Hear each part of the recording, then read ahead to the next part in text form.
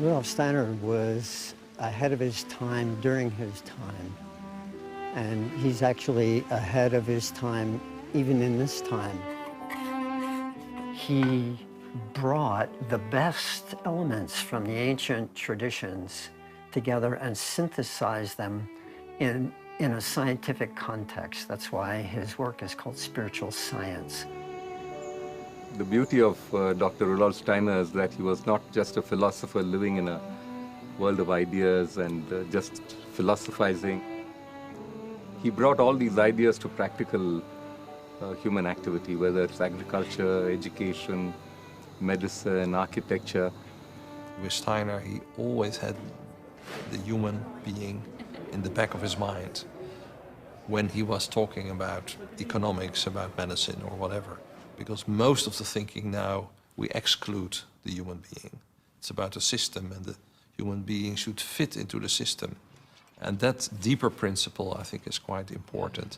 And you cannot achieve that by just repeat what he has said. I think that's the challenge for us to work with what he has brought to us.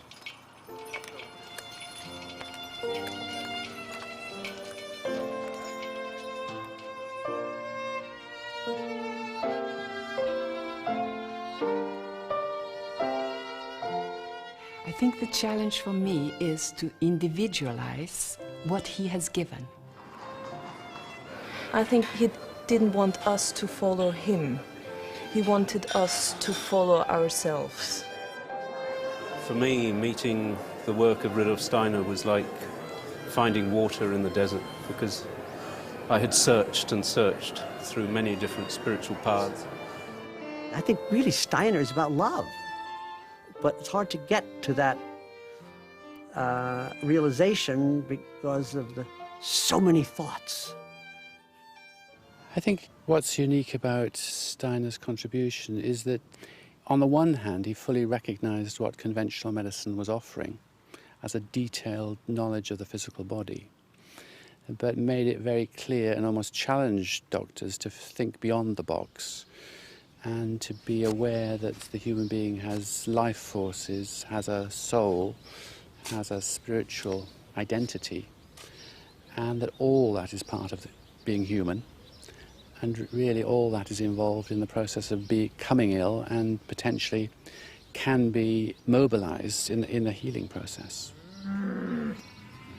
The picture of agriculture that he gives is going to be valid for hundreds and hundreds of years still, for us to really grasp it. And then certainly the real challenge for all of us is develop the insight and develop the capacities to really see what he described.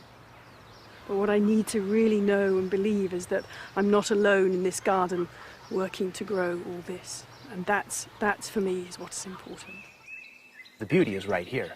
This piece of property is the best church in the world when you see it in action. You have to believe that there's some higher order when you walk around and see what's happening here. You don't need to walk into a temple or a church or a mosque to see that. 7. Very gentle. 8, 9. Whoa, wow, look at that. 14, 16. I thought children weren't meant to like gardening. They like gardening very much because they can see the end result. No, that's fine. The great crime of our time is that in too many educational settings, the intellectual adult consciousness is pressed on the young child in the name of performance, in the name of academic achievement. I think every age has had its struggles, but I feel that, it's all a remembering and a forgetting, and we've done quite a bit of forgetting, and it's time to do some remembering again. That's really what I feel. I feel children are going to need to ask the questions that nobody's asking yet to help solve the world's problems. I think Rudolf Steiner was a realist and a very practical person. I think he saw that he was planting seeds for the future. I think one of the greatest things he's put into the mix as far as how we understand or relate to a person with disabilities is the fact that this is not the only life they will have. Steiner said everybody has a mission, not only the big person on the platform. Everybody has a mission. That also means he has a task in this life.